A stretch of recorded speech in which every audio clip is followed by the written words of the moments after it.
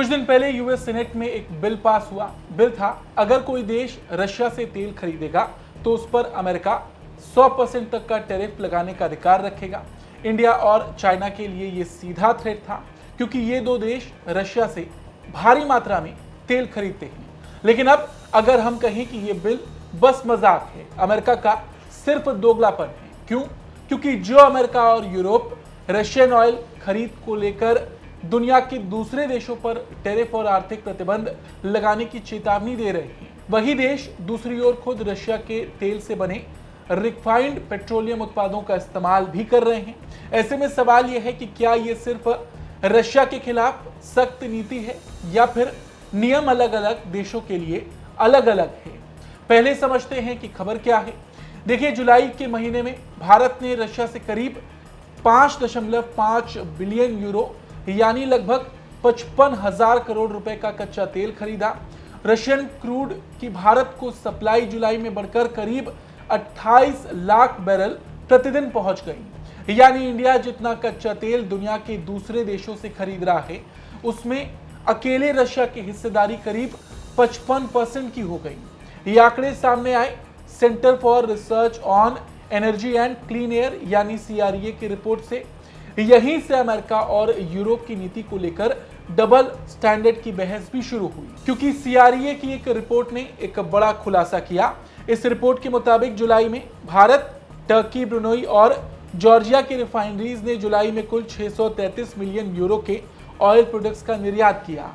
इनमें 214 million euro के उत्पाद यूरोपीय संघ, उस यूरोप को गए जो रशियन ऑयल पर प्रतिबंध लगाने की लगातार धमकी देते आया है और यहां तक कि भारत के खिलाफ कई बार बयानबाजी भी की। इसके अलावा 184 मिलियन यूरो के ऑयल प्रोडक्ट ऑस्ट्रेलिया और 234 मिलियन यूरो के ऑयल प्रोडक्ट अमेरिका भेजे गए और अनुमान है कि इनमें से करीब 284 मिलियन यूरो के रिफाइंड उत्पाद रूसी कच्चे तेल से तैयार किए गए थे। यानी कि तमाम बयानबाजी और धमकियों के बाद भी अमेरिका और यूरोप कहीं ना कहीं किसी ना किसी तरीके से रशियन ऑयल प्रोडक्ट इस्तेमाल कर रहे हैं और एक तरह से जो वो बार बार धमकी दे रहे हैं कि जो देश रशिया से तेल खरीदेंगे उन पर वो टैरिफ लगाएंगे।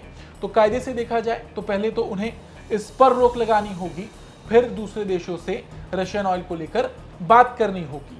देखिए, अब बात उन कार्गो की जो जुलाई में भारतीय रिफाइनरियों से निकलकर यूरोपीय संघ के बंदरगाहों तक पहुंचे। इन कार्गोज में ऐसे रिफाइंड पेट्रोलियम उत्पाद थे जिन्हें तैयार करने में रशियन कच्चे ऑयल का इस्तेमाल हुआ था।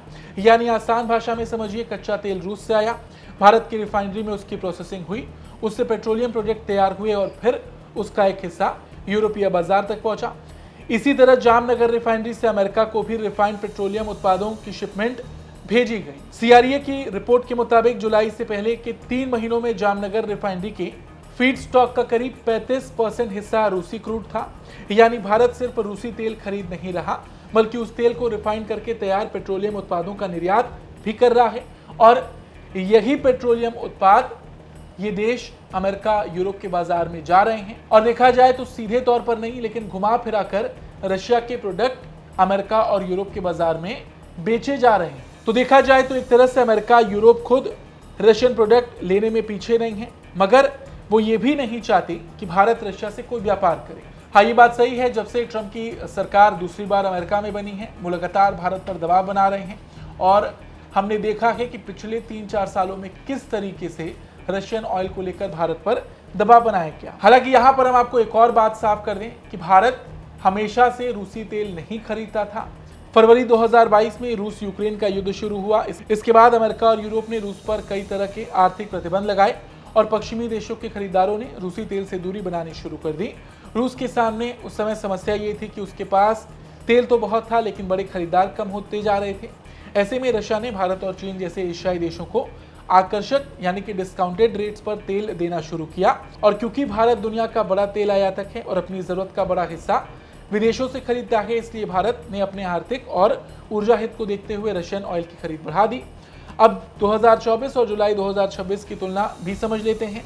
2024 में भारत ने औसतन करीब 18 लाख बैरल प्रतिदिन रूसी क्रूड खरीदा था, लेकिन जुलाई 2026 में यह आंकड़ा बढ़कर करीब 28 लाख बैरल प्रतिदिन पहुंच गया। यानी सिर्फ 2 साल की औसत की तुलना में काफी बड़ा उछाल है।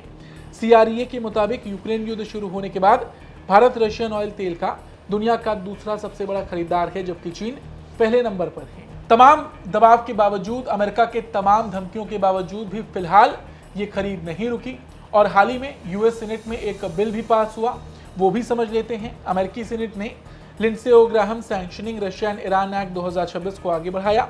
इस कानून में राष्ट्रपति को उन देशों से आने वाले सामान पर टारगेटेड टैरिफ लगाने की शक्ति देने का प्रावधान है जो रूस से बड़ी मात्रा में तेल या गैस खरीदते हैं या प्रतिबंधों से बचने में मदद करते हैं। बिल में ऐसे टैरिफ को रूस के बड़े तेल और गैस खरीदारों पर लागू करने का प्रावधान रखा गया है। यानी इंडिया के लिए खतरा यह है कि अगर ये कानून आगे बढ़ता है तो अमेरिकी राष्ट्रपति इसका इस्तेमाल करते हैं तो भारत जैसे बड़े रूसी तेल खरीदार को अमेरिकी बाजार में अपने सामान पर भारी टैरिफ का सामना करना पड़ सकता है, लगभग 100% टैरिफ का।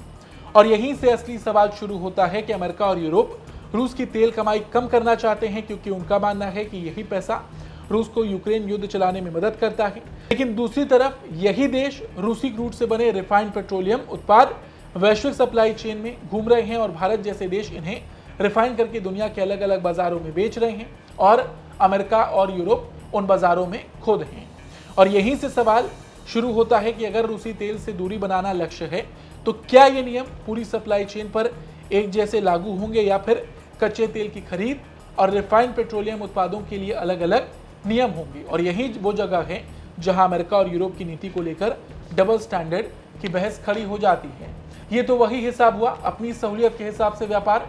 आपको अगर रिफाइंड प्रोडक्ट लेना है तो आपके लिए कोई नियम नहीं है और अगर भारत अपने हित के लिए कोई व्यापार रूस से कर रहा है तो उस पर दबाव बनाएंगे। फिलहाल आज की इस खबर में इतना ही। आपको ये खबर कैसी लगी कमेंट करके अपनी राय जरूर दें। धन्यवाद।